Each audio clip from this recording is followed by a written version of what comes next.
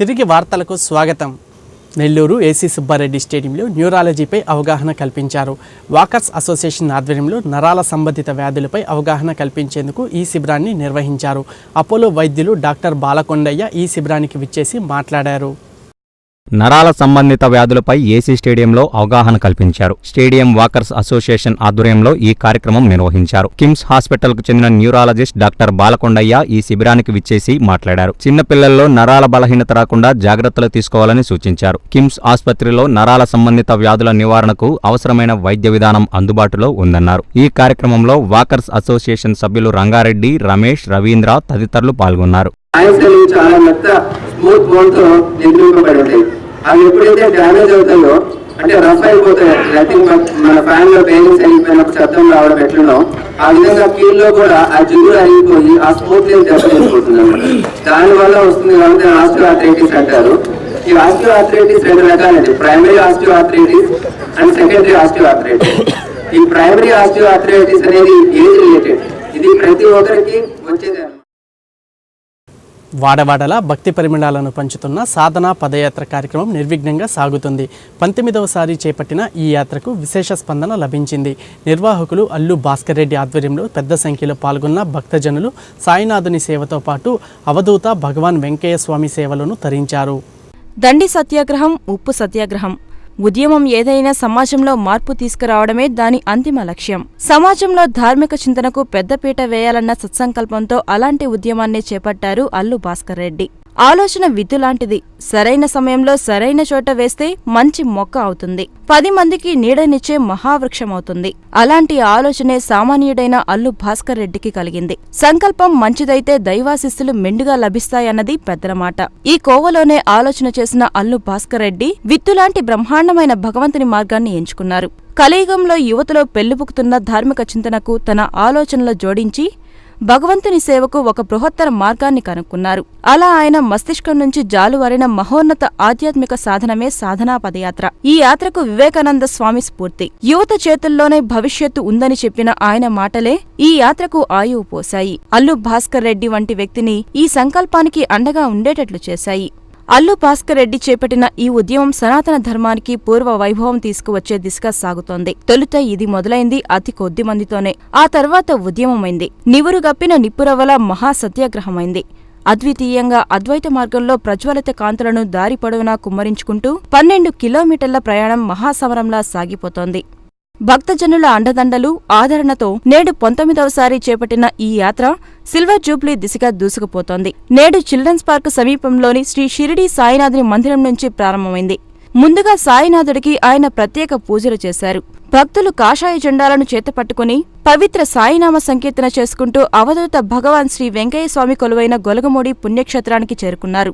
ప్రతి నెలా క్రమం తప్పకుండా చేపట్టే ఈ యాత్రలో భక్తజనులు విశేషంగా హాజరవుతున్నారని నిర్వాహకులు అల్లు భాస్కర్ రెడ్డి హర్షం వ్యక్తపరిచారు. ఈ విధంగా ఈనాడుండే ఆధునిక జనజీవనానికి స్ఫూర్తిదాయకమైన ఈ కార్యక్రమానికి అవకాశం ఇచ్చి మాకెందరో సహకరిస్తేనే ఈ పని జరుగుతుంది. సహకరించిన ప్రతి వారికి కృతజ్ఞతలు. ఇది ఎప్పటికీ కొనసాగుతుంది. ప్రతి నెల 2వ ఆదివారం మనమందరం ఇక్కడ సమీకరించబడి ఎందరు వచ్చాదనేది ప్రధానం కాదు. ఈరోజు సుమారు 5-6 కిలోమీటర్ల వరకు ఉంటున్నారు. ఒకనాటికి మొదటి వ్యక్తి గొలగమూడి చేరితే చివరి వ్యక్తి సాయి సదన్ మందిరంలో నమస్కరించి బయలుదేరే రోజు వస్తుందని అభిలషిస్తూ ఆశిస్తూ ఎన్టీఆర్ అధికారం చేపట్టాక ప్రజల వద్దకు పాలన విధానాన్ని తీసుకువచ్చారని మాజీ మంత్రి రమేష్ రెడ్డి పేర్కొన్నారు. 54వ డివిజన్లో కార్పొరేటర్ సల్మా ఆధ్వర్యంలో నిర్వహించిన జన్మభూమి మా ఊరు కార్యక్రమంలో పాల్గొని మాట్లాడారు. 54వ డివిజన్ కార్పొరేటర్ షేక్ సల్మా ఆధ్వర్యంలో జన్మభూమి మా ఊరు కార్యక్రమం నిర్వహించారు. ఈ కార్యక్రమానికి మాజీ మంత్రి రమేష్ రెడ్డి హాజరై మాట్లాడారు.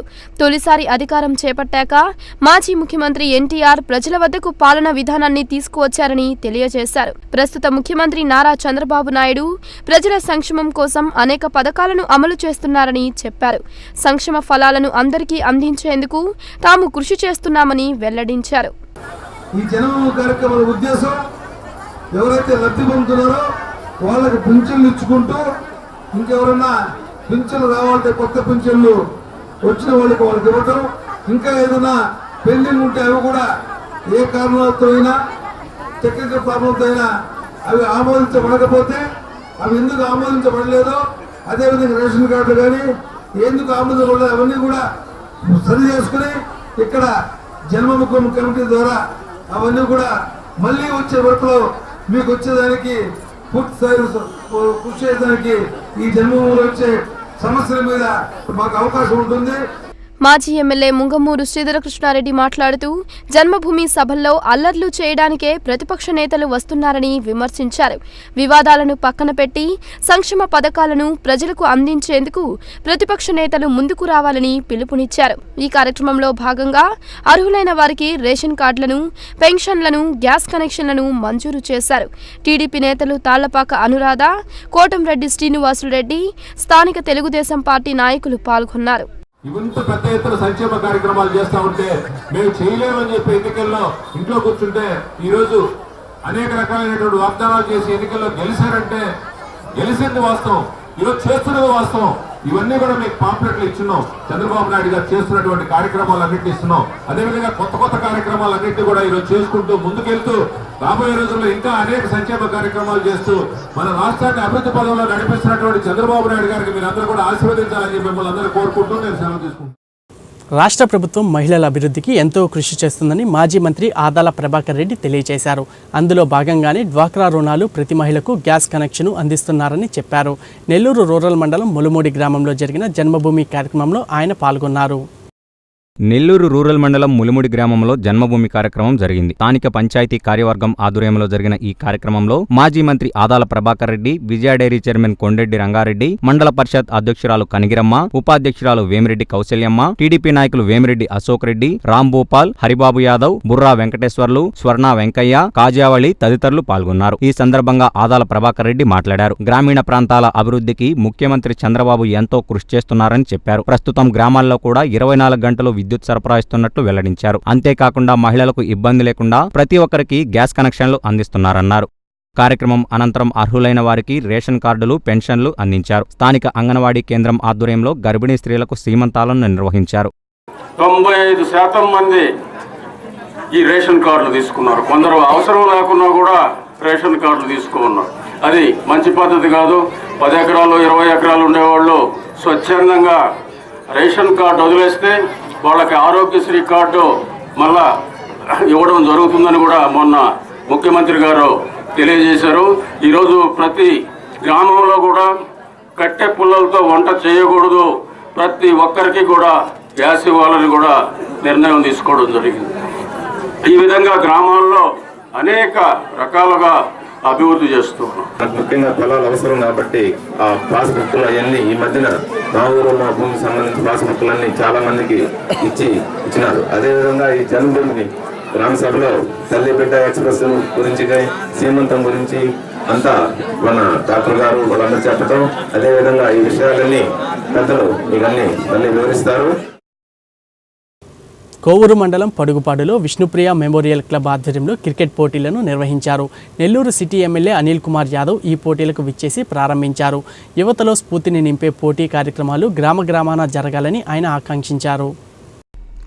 సంక్రాంతి పండుగ సందర్భంగా కోవూరు మండలం పడుగుపాడు గ్రామంలో విష్ణుప్రియ మెమోరియల్ క్లబ్ ఆధ్వర్యంలో క్రికెట్ పోటీలు నిర్వహించారు. ఈ పోటీలను నెల్లూరు సిటీ ఎమ్మెల్యే అనిల్ కుమార్ యాదవ్ ప్రారంభించారు. ప్రారంభోత్సవానికి విచ్చేసిన ఎమ్మెల్యేని నిర్వాహకులు బ్యాండ్ మేళంతో ఘనంగా ఆహ్వానించారు. పోటీలను ప్రారంభించిన అనంతరం ఆయన మాట్లాడుతూ సంక్రాంతి పండుగ సందర్భంగా యువతలో స్ఫూర్తిని నింపే కార్యక్రమాలను గ్రామ గ్రామాన నిర్వహించాలని ఆకాంక్షించారు.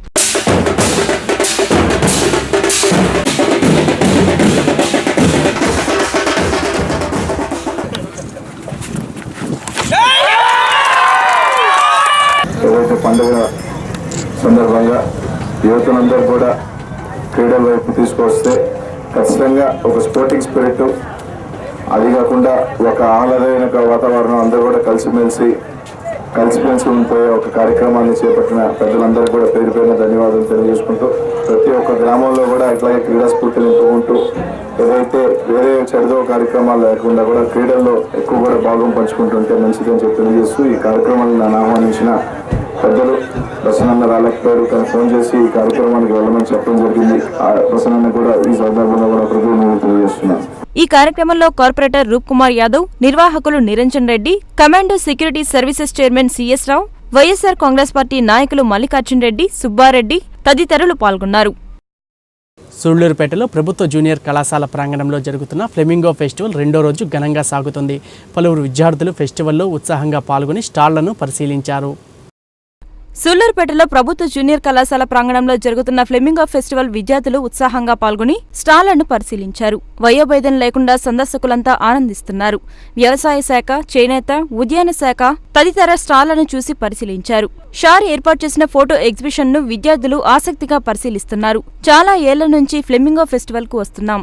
ఈ ఏడాది కార్యక్రమాలు చక్కగా ఉన్నాయని సందర్శకులు పేర్కొంటున్నారు. పక్షులను వీక్షిస్తుంటే ఆహ్లాదంగా ఉందని వారు పేర్కొన్నారు. కళాశాల ప్రాంగణంలో ఏర్పాటు చేసిన స్టాళ్లు చిన్నారులను ఆకర్షిస్తున్నాయని తెలిపారు. ఫస్ట్ టైం వచ్చాను, నాకు చాలా బాగా నచ్చింది. నాకు ఇక్కడ షారాలు పెట్టిన స్టాల్ బాగా నచ్చింది. అందులో చూసేదానికి ఎన్నో రాకెట్స్ యొక్క మోడల్స్, అలాగే శాటిలైట్స్ యొక్క మోడల్స్ ఉన్నాయి. అలాగే ఇక్కడ హ్యాండీక్రాఫ్ట్స్ మేళా కూడా చాలా బాగుంది. దీన్ని చూసేదానికి మళ్ళీ రావాలనుకుంటున్నాను. మేము కావలి నుంచి వచ్చాము. ఫ్లెమింగో ఫెస్టివల్ చూడడం కోసం మేము అక్కడి నుంచి వచ్చాము. పిల్లలందరికీ ఈ స్టాల్స్ అన్నీ చాలా ఆహ్లాదకరంగా, అంతా బాగా అందరినీ అట్రాక్టివ్గా ఉన్నాయి. ఈ స్టాల్స్ అన్ని పిల్లలకి ఎంతో బాగా నచ్చుతుంది. మాకు ఇక్కడ చాలా బాగుంది. పైగా ఇక్కడ షార్ వాళ్ళది సపరేట్గా స్టాల్ ఉంది, చాలా బాగుంది. సపరేట్ ఫిషెస్, కొత్త కొత్త ఫిషెస్ స్టాల్స్ చాలా బాగున్నాయి. మేము ఇంకా బర్డ్స్ చూసాము, చాలా బాగున్నాయి. ఇక్కడ చాలా నచ్చింది మాకు. చాలా ఫస్ట్ టైం అండి, ఫస్ట్ టైం రావడం. నా పేరు తనుజ, మేము ఇండికి ఇంజనీరింగ్ కాలేజ్ నుంచి వస్తున్నాము. ఇక్కడ చాలా స్టాల్స్ పెట్టారు ఫ్లెమింగ్ ఫెస్టివల్కి. అన్ని స్టాల్స్ చాలా బాగున్నాయి. ముఖ్యంగా ఫ్రూట్స్తో చేసిన బర్డ్స్ అయితే ఇంకా చాలా బాగున్నాయి. ఇంకా సైన్స్ స్టాల్స్ కూడా పెట్టారు షార్ మీద. దానివల్ల కొంతమంది నాలెడ్జ్ నేర్చుకుంటారు. అండ్ ఇంకా డిఫరెంట్ ఎంటర్టైన్మెంట్ స్టాల్స్ కానీ అన్ని చాలా బాగున్నాయి. అందరూ బాగా యాక్టివ్గా పార్టిసిపేట్ చేస్తున్నారు. మాది తిరుమలపూడి. ఇక్కడ బ్యాంగిల్స్, యానిమల్స్, బర్డ్స్ మొత్తం చూశాను. ఫ్రూట్స్తో చేసిన యానిమల్స్ చాలా బాగున్నాయి. ఈ బర్డ్స్ ఫెస్టివల్కి ఎన్నో దేశాల నుండి తరలి వచ్చిన కొంగలను, వివిధ రకాలైన పక్షులను మేము చూసి ఎంతో ఆనందిస్తున్నాము.